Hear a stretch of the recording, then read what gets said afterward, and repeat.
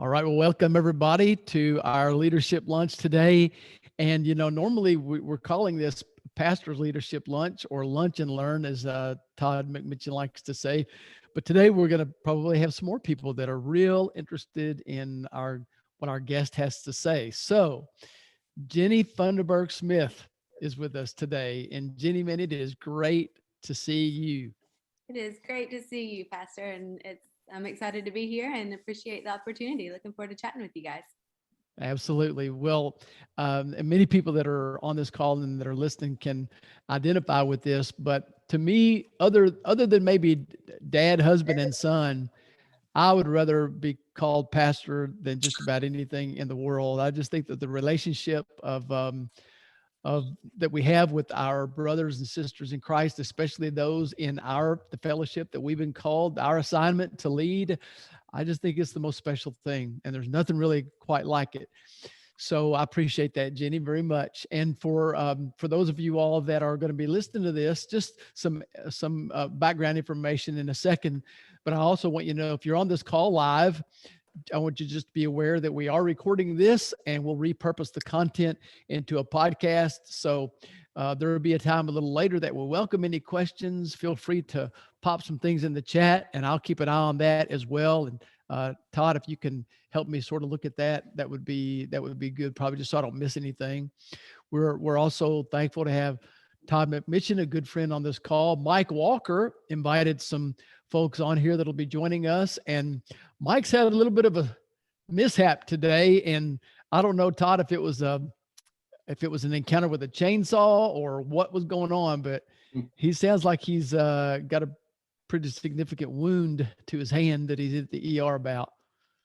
Yes. So he texted Les and I this morning. He's got a gash in the palm of his hand and is sitting in the ER waiting to get that stitched up. It was early this morning, so I'm thinking it wasn't outside oriented and it's probably had something to do with the kitchen, but we'll let him kind of fill us in. Let me just say, I'm not a betting man, but if I were, I'd say probably a broken coffee cup, maybe. Something like that. We'll see. We'll find out. I'm sure there's a story.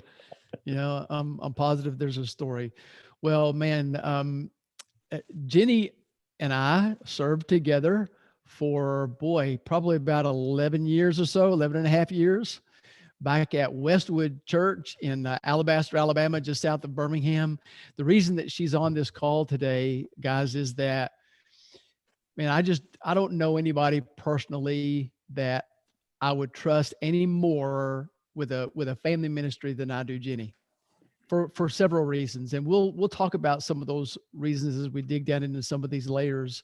I would like us to talk some about the things that we've learned during the last year as we've dealt with some of the ways that the COVID virus has manifested itself in ministry. But Jenny, also, one of the things that I loved about our ministry was that people that were involved, kids and families that were involved, just had fun. Yeah. I mean, it was what we do. Our assignment and our mission is very serious, but y'all had fun. And I think that's one of the reasons that we retain so many people, but frankly, and in addition to the relationship that you and others had with them. Also, you're such a good team builder, consensus builder, and team builder. You were always so supportive as a team member on our staff. To me and to others, we had a real special thing there because there really wasn't the kind of territorialism that sometimes we can see in even in a local church context. So guys, I'm going into all of that because there's just if I were starting from scratch and wanted someone to come in that I could trust, that I had a high level of assurance that family ministry was going to be led in the right way, Jenny would be right there at the top. So I mean that with all my heart. And so, Jenny, if you would you just tell us a little bit about yourself and a little about your journey, and then your family, because you're still a full-time mom as well in every aspect. So, just introduce yourself to the guys and where you serve and kind of how that's going now. Okay. Sure. Well, thank you for all those really nice words. I'm not sure I can live up to those in the next few hours, or next few minutes, not hours, not to scare you guys. That's a long lunch. But we did have a grand time serving together, and I'm sure we'll reference some of those things. Made me laugh when you were talking about a chainsaw, because that's one of my most vivid memories, is Les deciding to use a chainsaw as a sermon illustration and coming back the next day and saying, y'all, I about had an accident with that thing. And I just had these terrible visions of what that Sunday morning could have looked like, but grateful that it didn't. So, but I'm Jenny. I serve currently at West Bradenton Baptist Church in Bradenton, Florida, which is just south of Tampa. I've been here, man, it's 8.5 years now. Before that, I was at Westwood on staff for 10 years, but then as an intern and student for several years before that. So got to serve lots of years with Les. So I've done 20 years or so in children's ministry this past summer. Part of my COVID change was my role at West Bradenton changed, and I now oversee family ministry. So everything from babies through college, with some staff under me to direct those and be involved with the day-to-day responsibilities. Let's see, I have 3 girls. I have a freshman in high school, a 7th grader, and a 2nd grader. And so all girls, lots of words and drama in my house, but I have been full-time mama, full-time children's minister, or full-time staff for 15 years now. So that's a whole nother dynamic and a big part of my life. But anyway, family ministry is my passion. Leading volunteers and building teams is my passion. Most of all, making sure that our ministries are focused around the gospel, because we do have fun. And that's one of my core values is I don't want to be in a meeting if it's not fun. Les heard that from me lots of times. I don't want to, and I don't want our kids and our families to be in experiences that aren't fun. But that doesn't override our main purpose. And that's making sure that kids clearly understand the gospel and families are engaged with the gospel. So that's a little bit about me. That cover everything? Absolutely. That's a good start. Anyway, Okay. That's a real good start. And yeah, just as a footnote to the chainsaw day, that was actually the day, as Providence would have it, that a guy that my daughter had just started dating, I'd not met yet, showed up at church. And so I was able to meet him for the first time with a chainsaw in my hand, which was Nice. awesome. I did not remember that part of the story. Yeah, he didn't last too long. Yeah. So we're recording this in March of 2021, which is it feels very, very different. And it is very, very different from March 2020. Right. So as now we're coming out of how the pandemic has impacted, at least initially, those of us that serve the local church or ministry that these men and women lead, what are some ways that you saw the different way we needed to do things, as the church? How did that manifest itself where you are, particularly in family ministry? Maybe some things that you all and your team expected early on, maybe some things that you were surprised with, but in addition to how that affected your ministry, what are some of the things that it made possible, Jenny? Because I know you, and I know, without us really talking about the details, that you found ways to still be faithful to your mission and to that assignment. So what were some opportunities that were created because of the pandemic, and what were some things that you all discovered? Sure. So whenever I speak about pandemic, I feel like I need to start with the disclaimer that I am in Florida. And so I recognize that our experience is not necessarily the same, even especially right now, as the rest of the country, right? So, okay, we were jealous already. Now we are even more, but go ahead. Right. But on the flip side of that is maybe we get to be a few steps ahead of where some other churches are. So maybe what we have already experienced, other churches will be coming across soon. But this time last year, we were like you guys. I remember sitting with Sam Rayner, our lead pastor, and realizing we were having to shut church that Sunday and brainstorming what that looked like and how we were going to minister to different age groups. And I remember him laying out, okay, here's best case scenario, here's worst case scenario. Worst case was we're shut down 8 weeks. Y'all remember these conversations in your churches? And I was like, there's no way. How in the world can we shut down for 8 weeks? That can't be a thing. Well, lo and behold, it was June before we started meeting. I know there's still churches around the country that are not meeting. So we went into the same scramble that everybody else did. We figured out how to do an online experience, and we started figuring out how to try to engage kids and families. We moved our Wednesday night programming all to Zoom, and our families jumped onto that, which was really exciting and encouraging.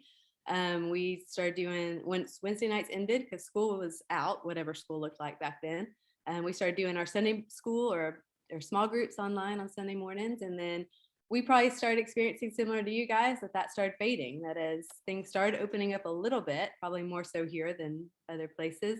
And as kids got tired of being online for everything, we started losing a lot of engagement there. We did all the same things that your creative kids people started doing, right? Trying to figure out, what can we drop at doors? What can we do online? We had a concert online with Yancey, one of my favorite kids worship artists. We did all those things. But then as June came and we realized that we were going to be able to begin reopening, we had to figure out what that looked like. We knew we didn't want to start right away with kids ministry, because at the time things were still, who knew what everything was happening. And we also, honestly, what a lot of your churches have likely experienced, what I hear from all over, is volunteers were going to be an issue, because people weren't sure if they wanted to send their kids. People for sure didn't want to be around snotty kids, right? And so we knew a lot of our volunteers were older people. They weren't going to want to engage either. And so we had an opportunity, as Les used the word, an opportunity. And I challenged our staff in one of our preliminary staff meetings. I said, we can figure out how to do worship and keep kids quiet. Like, we can figure out how to make an experience where kids survive, or where young families just don't come. We can do that. Or we can recognize that this is an opportunity for our families to worship together. And we can recognize that our little people and our teenagers are just as much a part of the congregation as our adults. And what can we do? And y'all, our staff was amazing, because they totally jumped in, and we totally re-envisioned what our worship services looked like to make them more kid friendly. Our executive pastor, who is like, he's a lot like Les. He's not very fun. Just kidding. But in our meetings, he's the one that we tease about not being fun. He was the one that said, he has little kids in his house. He's like, what if we did most of the worship at the end? What if we did a song, did our sermon, and did most of the worship at the end? So when kids start getting wiggly, they can stand up and move. That was kind of cool. We decided to do a family minute right in the middle of the sermon. And y'all that are pastors know that that's not an easy thing for a pastor to agree to. So right in the middle of the sermon, Sam would stop. I or one of my team members would come up. We'd do an object lesson or a minute to win it game or something that directly related to the sermon, and then went right back to regular programming of the sermon, which gave our kids a break, but our adults fell in love with it. They loved that as well. So as school started opening back up, and school did open up in real life here in August, we started rolling out kids ministry. But we loved what God was doing. We were seeing families engaged. We were seeing kids engaged in worship. Our worship pastor was working closely with us to do songs that both our adults and our kids would know. I mean, it was just a really, really cool experience. And what I was hearing from other churches around, at least in our city, was I was hearing tons of pastors saying, we are not opening at all until our kids are not in the worship space. And that kind of broke my heart, right? Like, I get it. On the good side, you want age appropriate programming, and that's what your heart is. I get that. On the other side, we don't want kids to be a distraction to our worship. And that was a little bit heartbreaking to me. And no offense if any of y'all went down that path. That's just, as we were talking about it, it just kind of made me wonder, have we been doing kids ministry and student ministry so well that we've siloed off too much, where we are afraid to all be together, or we're not comfortable all being together? And so what we saw God doing in our church was so different. And it connected with one of the other lessons that we did learn during the shutdown, as we were doing all this online stuff and trying to engage. And I'm talking to all these children's pastors all over the country. Our big aha, which we should have known all along, is the parents are the ones that hold the keys to discipleship, right? Like, we're important. Our churches are important, and God has a very special role for us in that. But the parents are the ones that have the most influence. And we all know that, and we all say that. But it took a pandemic with our kids being home all the time and not being in our doors, where we can't do all the stuff, for us to really realize we have not done a great job of engaging parents. We have not done a great job of showing them how do you disciple your kid when you literally can't go to church, like, for weeks at a time.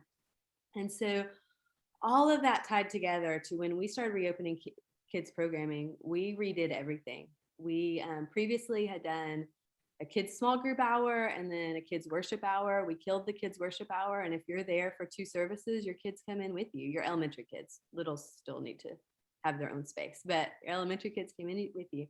We started rewriting our kids small group curriculum and our student small group curriculum so that it tied right in with the lesson.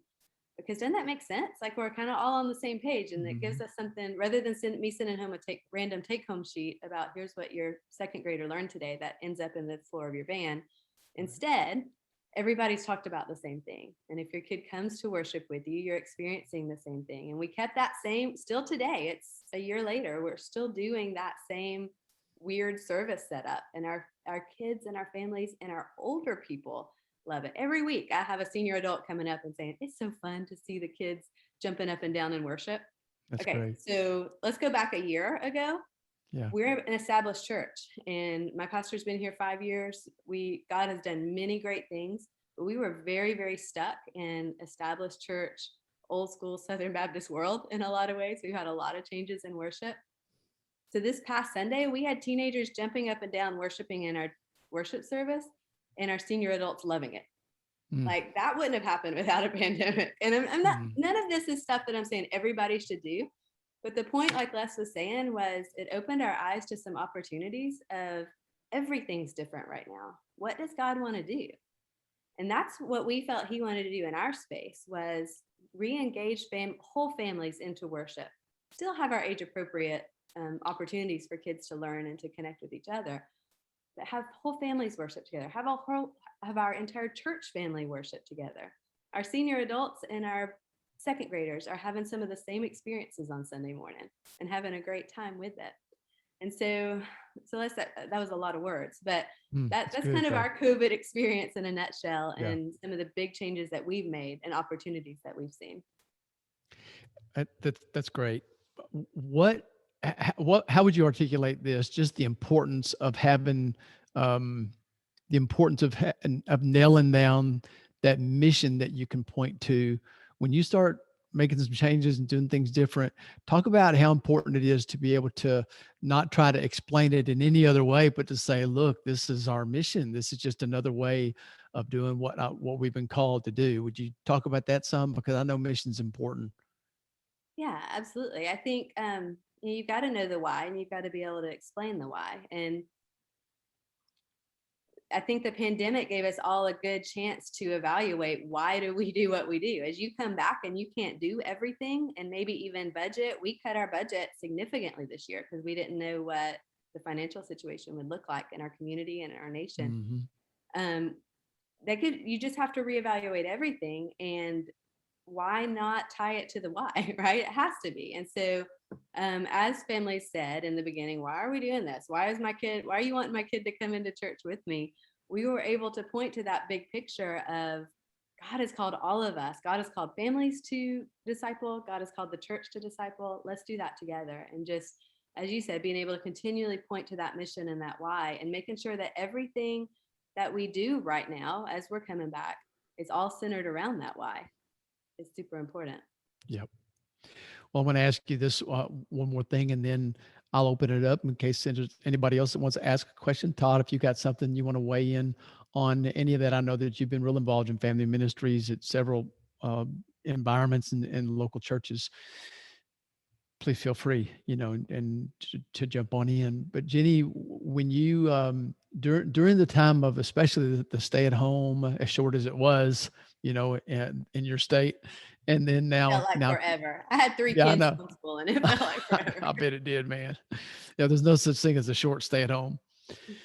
So during that time when everybody was so uncertain, and understandably so. And then even now, though, now that we're coming out of this, what was that dynamic where you are as you and your families and your kids that are involved want to serve your neighbors? Nations is one thing, like we couldn't go to the nations. So, right. but we're still in called to our Jerusalem and our Judea and Samaria. So what's that been like? because you all weren't, even though you were an established church, you'd I know that you've been able to foster an environment of getting outside those walls. Yeah. So what's that looking like now for family ministry? Yeah, we call ourselves a neighborhood church for the nations, right? And so the nations part has dried up outside of prayer and being able to support from afar. And then that was one of our first questions to you, is how, we have a community living in fear, looking back to last March. How do we serve? What do we do with that? And when we can't go to door, we can't do those kind of things. We had actually started right before the pandemic. We had started a new emphasis called Know Your Neighbor, where we were intentionally connecting with 100 neighbors right around our church, right in the shadow of our steeple. And so every month we were going and delivering a gift to them and trying to get to know whoever we could and just really build that relationship by doing it monthly. And then COVID came and we couldn't show up at their door at all.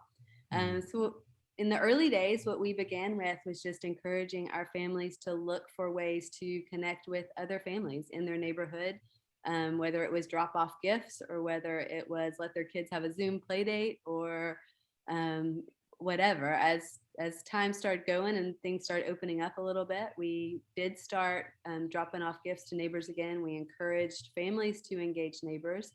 What we're doing for this Easter, instead of a big Easter egg hunt where everybody gathers together and breathes on the eggs, we're not an original idea to us, but this Sunday we're equipping each kid with a bag of eggs and a note and a flyer with information about our church for them to go hide those eggs in a neighbor's yard or another kid's yard, and let them know that they're invited to hang out at church with us. And so it's just kind of had to be rethinking. We started mailing stuff. We mailed gift cards to our neighbors. We mailed cookies at Christmas to our neighbors, just trying to rethink. But what we've seen too is our families, and I don't know if y'all have experienced this. This has been one of the most interesting phenomenons in all this to me, is after pandemic, some of the families that came back and are 100% all in were not families that were 100% all in before the pandemic. Have some of y'all seen that? And so yes, we have a new fire in our church of people who really are engaged. It's kind of like it's terrible to say, some of the grumpy people haven't come back and all the really excited people are. And so it's been much easier to say, hey, invite your friends to this. And as we've been able, we had our first big gathering as far as invite your neighbors or whatever a few weeks ago. We did a picnic, and it's just neat to see our families start to do that. And I don't know that we've been really great at being really intentional, other than just talking about it a lot and reminding people a lot, because we, like you, have people that are freaked out by the idea of going and talking to somebody yet either. So we have to walk that line just like you do, right? They think we're nuts if we say go do this. So just trying to provide easy opportunities and easy reminders. During VBS, our kids, when we did VBS, very strange, but we did a strange version of it. They did postcards that we sent to unreached people in New York City. So just trying to think outside the box and how do we social distance and reach people at the same time. That's really, really good. Those are good. I'm gonna go back and listen to this again myself because I can't write fast enough. But that's really talk good. Too fast. You've always told me that. No, man. No, it's all good. Good stuff. It's all good. Hey, Jenny, I do think you are ahead of everybody else. And so I think that's really important information right here. What % of your attendance is back pre-COVID, just so the guys can have perspective? Yeah, that's a great question. We are at 70 to 75 right now. That is not where we started. When we first came back, I can't remember the first couple of weeks, but for several months, we were at about 50, 60%. It was funny because that's what our adults started at. And then we opened kids, and I assume that's what kids would be at. And then all of the children came back. I don't know, parents were just dropping them off at the door or what, but we're probably about 80, 85% kids. But yeah, that's a great question, because I know lots of people are experiencing that as well. Excellent. And then talk about, as you've gone through all the changes, how has volunteer culture changed to where you are today? Yeah. So volunteers, and I'm so glad you asked that, because those of you that are pastors, I know you're seeing it. I hope you really see it with your kids people and your student directors and student pastors, that getting volunteers back after this is really, really a challenge. And so as Les mentioned, leading volunteers has always been a big deal to me. Team building has always been a big deal to me. And I really had to readjust even some of my thinking in the beginning, because I've always been, hey, with kids, I want you to serve every week. We're gonna have the same people in the same room every week. And man, coming back from COVID, we were just like, hey, whoever wants to show up. Just kidding. We didn't really do that, but we did have to take a few steps back from what we were used to, right? And from what was normal. We still keep all of our safety precautions. We still make sure that we don't have crazy people in the room. We do all those things. But it has taken us, I think right now, we still have one spot to fill. And so we opened in August. So if that gives you an idea of how many months it has taken for us to rebuild. Many of our senior adults aren't back. We had some people that just aren't coming back at all. We're just trying to figure it out. I heard somebody, I can't remember who said it, Jimmy Scroggins maybe said, everybody wants to bring their kids to church, but nobody wants to be around the kids at church. Like it's safe for their kids to be there, but they don't feel like it's safe for them to be in the room. So it has definitely been a challenge, but kind of going back to the grumpy thing I probably shouldn't have said a few minutes ago. We all have volunteers that have been serving for a really long time and maybe shouldn't be anymore, but you can't really fire them because they've been there a really long time. You know what I'm talking about? Mhm. Yep. Those people haven't come back. And so we've been able to, even though it's been slow, we've been able to replace them with people who are all in. And some of those families that I mentioned before that have just come back on fire for the Lord. And God really did something in the pandemic. And so it has definitely shifted our volunteer culture. We have had to be very, very flexible. Fluid is the word we've used because, then you have everything staffed and somebody's quarantined for 2 weeks, right? And so, or sniffling, you can't even have sniffles now. But yeah, I hope that answers your question. Yeah, no, that's great. And then one last thing, and I'll quit hogging the questions here. No, it's good. It's all good. But talk about the emotional care and emotional discipleship opportunities from when folks just started coming back, because that's really where everyone else is who's not in Florida, right? I mean, it's so there. What were some of the emotional opportunities for discipleship and care and topics from when you first opened to where you are now? Sure. So when we did VBS in the summer, and again, we did it really weird and social distance, and I'll save you all those details. You can email me if you want to know how we did it. We focused on fear and worry because we knew that's all our kids had heard for the past 3-4 months or whatever. And so that's where we started. And even our first month back in kids programming, we talked about fear and worry and how to handle those emotions and what God says about this and how God is in charge, and focus so much on the sovereignty of God and how he brings us joy. And so that's where we started. But Todd, something else that we recognized early on, and again, we're Florida and we probably did it way too early, is our kids needed community and our kids needed people. And I can't even imagine being in one of the states, which one maybe y'all are, where kids still are in online school only and still aren't going to church and still aren't playing ball and still, I can't imagine a year of being disconnected from other kids and being disconnected from people. And so I think we don't think enough about what that's doing to our kids and what that's doing to their mental health and their mental state. Because of that, because I even saw it after 3 months and with my own kids, we started opening up student ministry way earlier than we should have. And I had people tell me that we were going to be the next epicenter of an outbreak of COVID.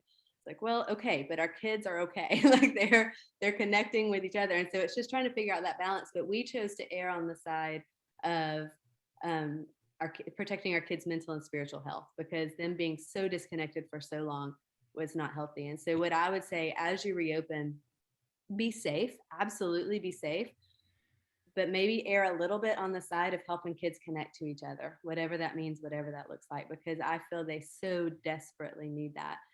We have kids. So if you think about this, I didn't realize it till we had maybe a kid who was 2, came back to church after the pandemic, and he didn't remember church. Like he didn't even remember that he had been there before.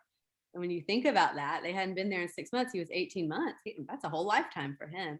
And so we've just got to remember and be mindful, Todd, as people are coming back, as kids are coming back, you're going to start seeing separation anxiety again. Those littles who had gotten over it now are scared to be apart from mom and dad. We're going to see elementary kids who don't remember how to be in a group with each other. We're going to see teenagers who have been super isolated for months and months. And we as the church, fellowship is our thing, right? And connection is our thing. And we've got to lean into that and figure out how to minister to our kids with that. Excellent. One last thing. I apologize, Les. No need. Go ahead. Talk about You talked about the nature of the folks that are coming back internally. What about your community and guest? What kind of traffic have you seen from guest? And I'll just say this so I don't come back on again and say, let me say one last thing, Les. I'll just say to all the pastors that are on the call, I'm a lay person, right? I'm not a full-time pastor any longer. The majority of the people that I interact with as lay people have been church shopping once they got tired, and many of them are not going back to the same church as it reopens. So I just think a little bit of preparation. So I'd love to hear what you guys have experienced in terms of guest traffic. Yeah, we've had a ton of guests. Now, some of that is everybody's moving to Florida. We've had a ton of people from California and New York and states that are very shut down moving to Florida, but a whole lot of neighborhood people too. And so I am in charge of our membership class just because of how it all works. And I love that kind of stuff. So we did a membership class in November and then one in December. And we had 25 people join, plus their kids, ended up 50 new members just in November and December. If that just gives you an idea of what that's looked like for us. And we have people who are, coming from California, super plugged in from their church there. And we have people who were walking down the street in our neighborhood and just felt like they needed to be there. And so it's no doubt to me, Todd, that God is doing something in the aftermath of this, that he has worked in people's hearts spiritually, whether they're seeking or whether they realize they need to find another church. Now, we've had a lot of people go find another church too. So I get that, but we've definitely had high traffic of guests. And so with families, what I've had to be real, because we were all starting over in some ways with our families, I've had to be real intentional about connecting new families with our families who've been there 100 years. And just, it's been a good opportunity for that too, is just really trying to, when we had that picnic a few weeks ago, somebody said everybody was talking to each other. Like it wasn't little pockets of friends here and there. We've definitely experienced more of a community feel, but part of that is because our ministry has really worked to connect those incoming families with established families, for lack of a better term. Very I was waiting good. for That's one great, more last Jenny. thing, Les. I think you meant it. I think you meant it. That no, that's, if you think of anything else, Todd, come on back in. Those are awesome questions, and I want to give other guys a chance to ask questions as well, or weigh in, or give some thoughts, or even share some ideas that you all have implemented where you are. Because I mean, man, we're all about borrowing ideas from each other. So anybody want to ask Jenny anything, or myself, or Todd, or share anything that's happened and been effective where you are? Yeah, guys, one of the things that I've tried to lead our staff to do is to kind of view this opportunity that we've had, this opportunity that's been forced down our throat, as an opportunity for us to kind of think about replanting our church. And, do you guys resonate with that? Are you hearing that churches taking this as an opportunity to maybe get rid of some things, add some new things, taking the pause to talk about what's working and what's not working? We've certainly tried to do that.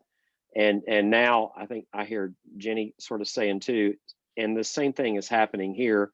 We're having some of those folks come back that, are kind of wanting to put the brakes on some of the things that we've been doing and some of the new opportunities that we've seized, and some of the, quite frankly, some of the freedom that we have been experiencing to really be focused on our mission. And how do you deal with that tension and friction from maybe some of those, let's just say, old wineskins that might be coming back now? What are you guys doing there? So I may not have the nicest approach. I mean, I'm nice. I try to be very nice. She's very nice. She smiles a lot, says hard things, but smiles. I think, Les asked earlier about the mission. I think if you and your staff and your leadership have decided this is where God wants us to go, and God is evidently moving in this, you can't budge from that. I think you just have to explain to the grumpy people why this is what we're doing. We would love for you to be a part of it. And then I think that's one of the things pandemic taught me too. We also went through a very interesting and difficult staff situation during the pandemic, where we had some hard feelings and we had some people with very differing opinions. And I had to get to the place where I realized this is what God's calling us to do. God is blessing it. God is doing big things. And I just have to not worry about what those grumpy people feel and say. Listen to them, learn from them as I can, but I can't let that weigh me down, because God has really, really big things that he's doing ahead. I don't know if you can speak to that better. Well, not better, but from a different perspective. You know, there are some stages and steps to take in leading change. And I would say you've been doing this a while, David. So remove yourself from pandemic context and think of it as just leading change. It's just that there's a different catalyst, you know, to that change. So one of the temptations, and I think a lot of the younger pastors probably fight this, is one of the temptations is because you believe in that mission so much, and even the methods, maybe by this point, the temptation is to try to convince those that just aren't there. But there are no words that can be used. There's not a persuasive enough argument, because there are things that you and I don't know about why that person either feels or thinks that way, or why they're there. So there's about 3 different groups of people. There's those that are going to follow you and trust you no matter what. They're going to adapt to any kind of change. They're not going to be the majority, but they're going to be a few of those. And then there are going to be a few of the people that just dig their heels in, the ones that Jenny has identified rightfully so as the grumpy folks. They're just going to kind of dig in. They're not malicious. They don't hate you. They don't hate the church. They're just scared, or whatever. But then the majority of the people kind of in the middle, they're gonna go. Maybe they won't be the first ones to go, but as they see that the reasons that it ties to the mission, that it's biblical, that is part of your mandate, and that those are, especially as God begins to bless it, man, they're going to come along. And even some of those, maybe not all, but even some of those grumpy folks, I've also heard them referred to as anchors. Even those folks, they may come kicking and screaming, but they will eventually come, because not to would, some of it has to do with fear of man, but not to would just seem absurd, and one of the things that we were able to lead our church family to do when we served together, when Jenny and I served together, was we led through a relocation. And I promise you, there were a few anchors, but once that process got momentum and we got there, and man, God really did bless it in so many ways that they would have just looked ridiculous, really, not to be a part of what the Lord was doing at that time. And many of them stood up in meetings and said, man, I was wrong. This has been awesome. What Jenny said about, it's so good to see all the kids and the teenagers and the young families. I mean, who can argue with that and really maintain any level of respect, and certainly influence where you are. So that's a long answer to the question, but I think to keep in mind that you're just leading through change. It's all is all you're doing, and lead that team especially. And if you have them coming along, then I think that the majority of the church family will come as well. But the temptation is to try and convince those anchors. That's usually a bad idea. Unless, Jenny's even used church planter language. So like having planted multiple churches, when you're a church planter, you celebrate the things that established churches oftentimes quit celebrating. You celebrate people in community because you don't have a building and a program. And you've heard Jenny just talk about the relational value that she's gained and their church has gained. The other thing as a church planter is you have a long look. The crowd's not going to be twice as big next Sunday as last Sunday. So I think her words of even being in a state like Florida, how long it's taken them to get back to 75%, and the patience with volunteer, everything. So I think she's even used, without knowing it, church planter language and how she's describing her experience. And so David, good for you, to be thinking that way It's better for you as a leader to think that way. Your expectations and leadership Yes. decisions will be better. Well, we are all in church revitalization now. A few of us were before, but we all are now. And I can remember, Jenny, one of the things that I did when we were going through that, such a fun time, and a lot of that, so many new families and all that, is that I took a personal retreat, and I actually went, when I was away, I went to a church plant just to worship.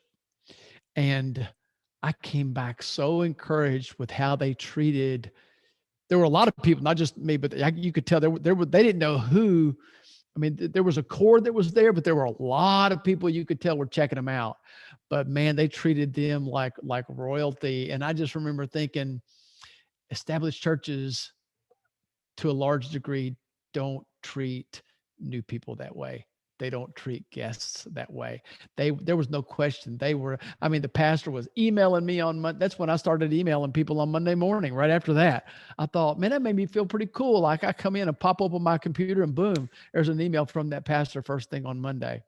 And that was a very small thing to do. But I can't tell you, while we were there in that context in Westwood serving, I can't tell you how many people later on who ended up being part of our church family that say, one of the things that really spoke to us was that you emailed us on that Monday. So not even given enough time for, back then we sent out snail mail, but what we did was easier and quicker, and I think made a more of a statement really about the love of our church family for people who were coming into it. Absolutely. And we're excited anybody who walks in our church right now, right? Yeah. Exactly. Yeah, it's sincere. Celebrate everybody. Yeah, it's sincere. It's not insincere at all. Absolutely. Yeah. Hey, Jenny, so do something you might feel a little uncomfortable with. Okay. What do you look out now that you've been doing what you've been doing? You can kind of see the next 6 months clearer than anybody else on this call. What is your inkling of what family ministry is going to be like the next 6 to 12 months? I don't know if that's uncomfortable as much as I've given up guessing what's happening over the next 6 months. I think since the pandemic started, I'm like, I can't hardly think a month ahead. Man, as far as for other churches and as far as for us, what you thinking? Yeah. Well, we all know we're on a journey. You're just ahead of everybody. So as a leader, you can kind of see the next step. And I'm thinking you can see the next step better than anybody on this call because you've been living in Florida and you're just further down the road. What do you think is going to actually stick maybe in family ministry that you've been doing during this pandemic that we all want to be thinking about it? You may not be right, but I think you can just see a little bit better than the rest of us, I'm usually not right. But what I hope what sticks is the remembering how essential family engagement is. I hope that we don't forget that we were home for weeks and weeks and weeks, and parents were the primary spiritual influences, as they should be, but they were because they had no other choice. I hope we don't forget that. And I hope that we continue to figure out whatever our ministries look like. I hope we don't go back to business as normal, where kids get dropped off and we make all the stuff happen and then they go back with their parents. I hope we all figure out what it looks like to better engage parents and better equip parents in a way that's not overwhelming and scary to parents, right? Sometimes I think we start using terms like primary spiritual influencer and we go ahead and turn them off because they're like, I can't even get the shoes on the kids. Like, I can't do that. I hope that we can figure out how to engage families in ways that are easy bite-sized pieces for them so that they can take on that responsibility. So if, God forbid, we have to spend another 8 weeks at home and not at church, it's not such a shock, and parents feel very natural and very comfortable in continuing to engage with their kids. I hope that we all come back and lose some of the focus on entertainment and numbers and all the things that a lot of us in family ministry get trapped in, like competing.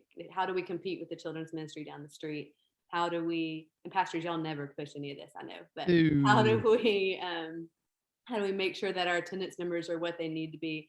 Like, none of that mattered in the pandemic. And as we're coming back and we're excited that we're at 60% attendance, none of that matters.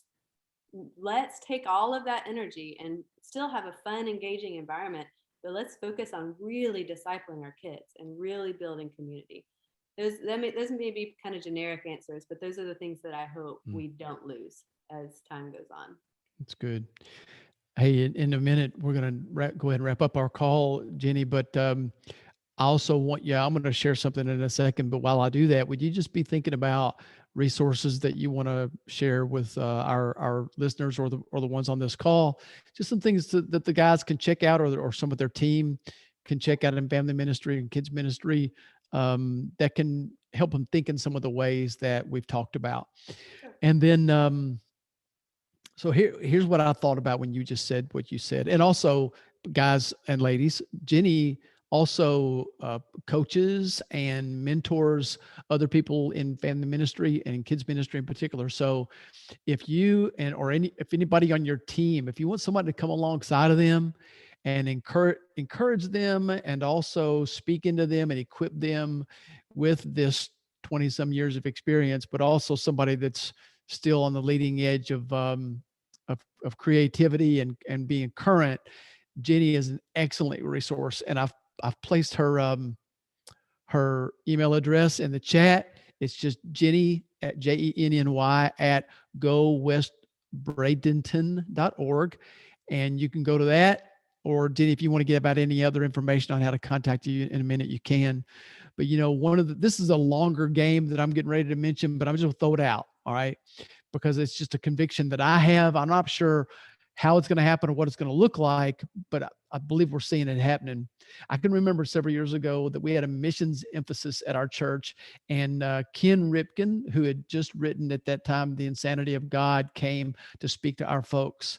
And as many of you will know, that's not his real name, but that's the name on the cover of the book. And so when Ken came, Nick Ripken is the name on the book, so his real name happens to be Ken. So when he came and spoke to our group,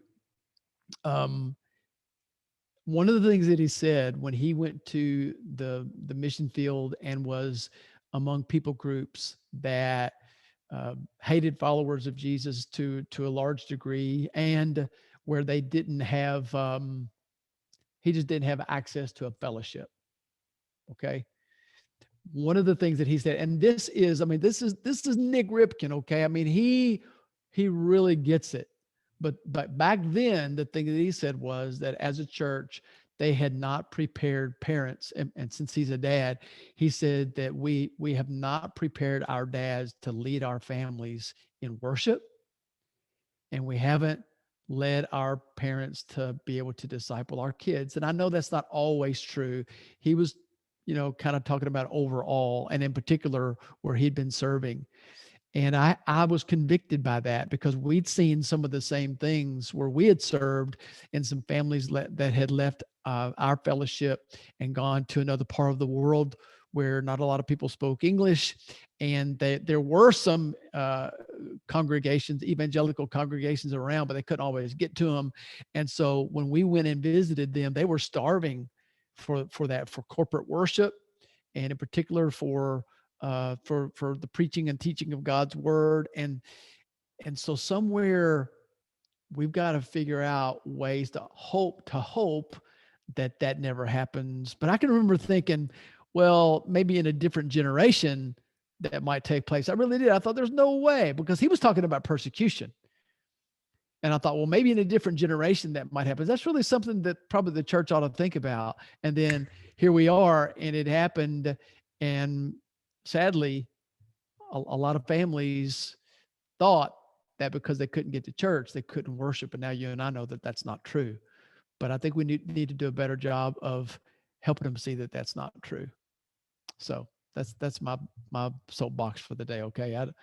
We're trying to figure that out, but I do believe it's something that we need to, that's a way that we can help equip our parents and dads. So, hey, Jenny, why don't you may want to speak to that too, but please tell any resources that would be helpful for our viewers and listeners to look at, and then how they might be able to get a hold of you in case they want to talk to you about helping some of their team members. Sure. So I'll mention a couple of resources first that are not me. So anything dealing with volunteers, as your teams are working with recruiting volunteers, any resource by Jim Weidman is amazing. So he has several books that I recommend to anybody. I'm putting these websites in the You got it. Good. Okay. I didn't do it well. So that's jimweidman.com, not a space. I can't talk and type at the same time. It's okay. Anything Jim Weidman does is very, very good. So if you're looking for resources for your family ministry teams, he's excellent. Another one of my very best ministry friends in the world is Sam Luce. He's in upstate New York. His blog has excellent resources as well. I do a lot of work with Church Answers with Tom and Sam Rayner. And so there's a lot of resources there for pastors. We're starting to step up, doing some more family ministry stuff with that, but very slowly. And then the other two websites that I have there, Everyday Kids Ministry is me. That's my site, and where I have all of my stuff. And then Gospel at Center is one that I do in correlation with a couple other friends. And that's just very much focused on family ministry, being focused on the gospel, and has different thoughts and ideas there as well. That email that Sam left there is perfectly fine. I'd love to hear how I can help any of your churches or any of your people. That's one of my favorite things to do. Great. Well, Jenny, thank you again for taking the time to invest in these, not only these church leaders, but they're the churches and the ministries that they represent. Also, thank you for your continued friendship. I'm just so thankful to you. And guys, it's personal for me because Jenny was the ministry leader to my kids. And, all four of them are in ministry of some kind now. So awesome. One overseas, and those investments, that's going to last, Lord willing, a long, long time. So I'm thankful for that. That's it for this week. So next week, Dennis Watson is going to be our guest on the call. Dennis is lead pastor of Celebration Church in New Orleans, multi-ethnic, multi-generational, really having an impact on that city, that area. That ought to be a really great call, guys. I hope you can join us.